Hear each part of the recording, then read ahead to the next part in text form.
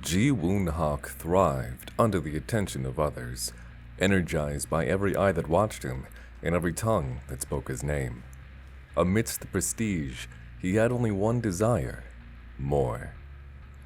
Even as a child, he found ways to draw crowds. Working at his family's restaurant, he attracted business with spectacles he performed using throwing knives. Gullible tourists believed that this was a traditional South Korean experience, gladly parting with their money to witness it. Ji-Woon's father spent the restaurant's earnings on dancing and vocal lessons for his son, pushing him to attain the fame he never could. Ji-Woon did not disappoint. After years showcasing his abilities to nobodies at talent shows, he hit the track to stardom. Yeonjin Lee, a producer at Mighty One Entertainment, recruited Ji-Woon into her training program. He transferred to a dormitory in Seoul where, for 14 hours a day, he was crafted into a star, taught how to move and sing, how to carry himself with the right balance of confidence and modesty. Draining as the process was, it worked. Yeonjin selected Ji-Woon to join the band No Spin, bringing a raw energy to their tracks. Fame was almost immediate. Ji-Woon lived in a daze of interviews and adoration, and though the frenzied schedule exhausted his bandmates, he was invigorated. Each day was an affirmation that he was greater than the mediocrity society spewed out. But over time, the champagne grew stale. When he looked at his fans, he saw their joy and envy split 5 ways, thinned out between each band member. The validation that had surged through him left a desperate yearning for more. Ji-Woon kept up impressions, mimicking a charm long buried under loathing. He recorded the latest No Spin album with his bandmates, never missing a beat. After a lengthy lunch break, he returned to the studio to discover fate had granted him a gift. The scent of burning wires was unmistakable. He rushed to the control room, finding the door blocked by fallen speakers. On the other side, his bandmates pounded on the door, their cries accompanied by the crackling of flames. Ji-Woon called to them, dashing to the speakers, grabbing one and stopping. He froze. Each breath was a conscious, deliberate process requiring all his attention. The nearby cries hardly audible until, slowly, he backed away. And then he heard it. They were screaming his name as they burnt, screaming for him to save them. Ji-Woon, Ji-Woon, Ji-Woon Hak. It was the most beautiful thing he'd ever heard. When the fire crew arrived, his tears were genuine. Ji-Woon was celebrated as a tragic figure, a hero who did all he could in a futile attempt to save his friends. Yeonjin paraded him through interviews until it was time to rebrand. He was born as the Trickster, a solo artist who produced his own songs, sporting a soft heart beneath a wild exterior. But, away from the concert setups and television stages, something darker grew. He targeted those who lived alone, coming to them in the night. The first was a college music student with a captivating voice. Ji-Woon woke him with a baseball bat to the skull, binding his arms and legs, gagging him with a rag duct taped into his mouth. He tortured him for hours, dissecting him alive. Yet there was something missing. A sound, a connection. He wanted to hear the victim's wondrous voice, pleading as he cut his belly open, but all he received was muffled cries through a rag. He learned and adjusted. Victims had to be abducted, driven to an abandoned building where he could let their voices carry unrestrained emotion. He made music from them, prodding the right places to evoke different types of shrieks and howls. Stabbing the quadratus laborum elicited a long, guttural wail, while slashing the carotid artery created a sound like a cat being strangled. There was honesty in their suffering.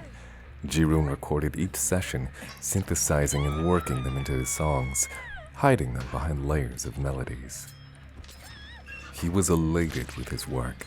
He left hints for police, arranging a mink boa from a recent photo shoot around a victim's slashed throat. For his next killing, he removed the teeth from a man that a boxer in one of his music videos was without. During a particularly audacious plea for attention, he killed a fan he had met during a VIP meetup, replacing her eyes with his diamond cufflinks and writing, "I have seen God in blood" across her chest. Each scene was a dazzling spectacle. Between music and murder, Ji-Woon's work was discussed globally. However, as violence became his preferred art style, his music career took a hit. Revenue was down and Mighty One executives pointed their fingers at him. Yeon-jin, with professional fury, came to his defense, but she was outnumbered. It was decided that Ji-Woon could no longer self-produce his songs. The decision was devastating. His tracks fused genuine humanity into music, yet executives rejected anything that wasn't generic and expected. And so be it. If they couldn't understand his art, he would incorporate them into it until they did. He had 3 months until he was to perform a private show for Mighty One's board members. 3 months to play in his magnum opus. He transferred obscene amounts of money to a veterinarian in exchange for canisters of nitrous oxide, then bribed the stage technician of Mighty One's private theater for access to the room. His celebrity granted him a benefit of the doubt no regular person could conceive. When the show was ready, gas seeped into the room as executives and stagehands awaited Ji-Woon, conveniently running behind schedule. When he arrived, half-conscious bodies were splayed in their seats and crawling across the floor. He worked quickly, binding everyone, pausing only when he came to Yeon-jin, the woman who had plucked him from a mudhole and set him on the path he deserved. She would be rewarded, granted special access to the coming display of wonder. Even under sedation, she fought, a raging storm within her, far stronger than the others. He propped her up as the lone audience member, prying her eyes open. The others, sniveling and sobbing, were brought on stage to perform their final act. With a contemptible sneer, he slapped makeup onto their faces and shone stage lights upon them. They became his instruments. To the sound of self-produced melodies, he tortured them, gracefully dashing from one body to another, conducting an operatic crescendo from their wails. They shouted, whimpered, screamed, cried for their loved ones, cried for their mothers. It was a magnificent outpouring of emotion, of what it meant to be human, and they did it with their eyes fixed on Ji-Woon. Viscera drained from the stage until, with the toss of his throwing knife, the final human instrument fell silent and the music stopped. Covered in sweat and blood, an exhausted Ji-Woon looked to Yeon-jin and bowed. Curtain call. He had attained perfection. With blade in hand, he made his way to Yeon-jin, preparing to tie up loose ends before the credits rolled.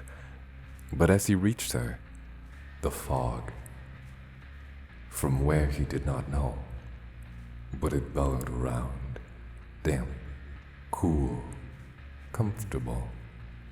He saw the grand stage, hospitals and temples, forests and slaughterhouses, an eternal plain of adoration with rusted hooks, sustained by the million eyes that would watch him, run from him, experience him. All he had to do was accept, become an implement of the fog, and most importantly, make them scream. Encore.